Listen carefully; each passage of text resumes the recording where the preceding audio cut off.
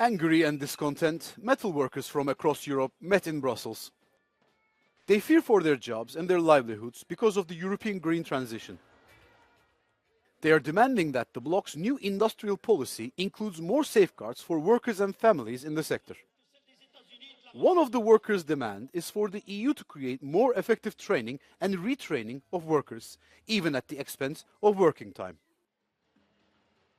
We willen dat als werknemers de transitie maken naar een klimaatneutrale industrie, dat zij mee moeten opgeleid worden om die transitie te kunnen maken en dat wij als vakbonden betrokken worden in het overleg om die maakindustrie en die transitie te kunnen maken naar een klimaatneutrale maakindustrie.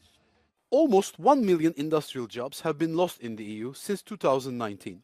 According to the trade unions, employers are cosmeticizing the full extent of the crisis with short-term contracts and reduced working hours, which could mean up to 4.3 million job losses. Trade unions say more than 100,000 jobs have been put at risk in recent months. Large companies across Europe have announced factory closures and redundancies. Two German companies, ThyssenKrupp and Volkswagen, are on the top of that list. To help with the transition, the EU has set up the Just Transition Fund as part of the Green Deal with 17.5 billion euros. The amount seems big, but so is the task. I think it's good that we have a Just Transition Fund, but I think right now it's not big enough and it can't be used for everything that it needs to be used. For my intents, we need to broaden the scope. We need to have enough resources, especially in those regions where the transition really hasn't taken place yet.